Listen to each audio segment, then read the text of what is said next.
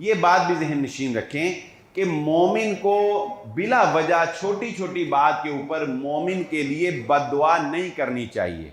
مومن آدمی کا خیر خواہ ہوتا ہے، اس کی ہدایت کی دعا کرنی چاہیے، اس کی بہتری کی دعا کرنی چاہیے، بد دعاؤں سے ہی آغاز جو ہے وہ نہیں کر لینا چاہیے۔ لیکن اگر انسان تھک جاتا ہے اور ایک سٹیج ایسی آتی ہے کہ جب مہر ثبت ہو جاتی ہے کہ اب کوئی ہدایت کا راستہ نہیں ہے، تو پھر سب سے پہلے جو بد دعا کی تھی وہ حضرت نوح علیہ السلام نے 950 سال اپنی قوم کو تبلیغ کرنے کے بعد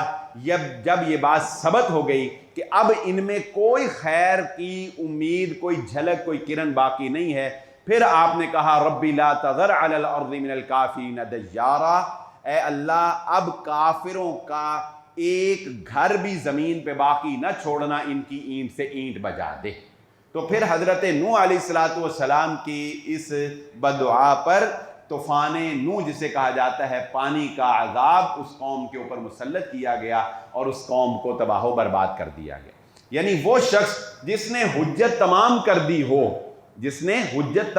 دی ہو، اس کی بد دعا جو ہے وہ لگ جاتی ہے، اس کی بد دعا سے بچنا چاہیے۔ یہ ہمیں حضرت نوح علیہ السلام کے واقعے سے پتہ چلتا ہے۔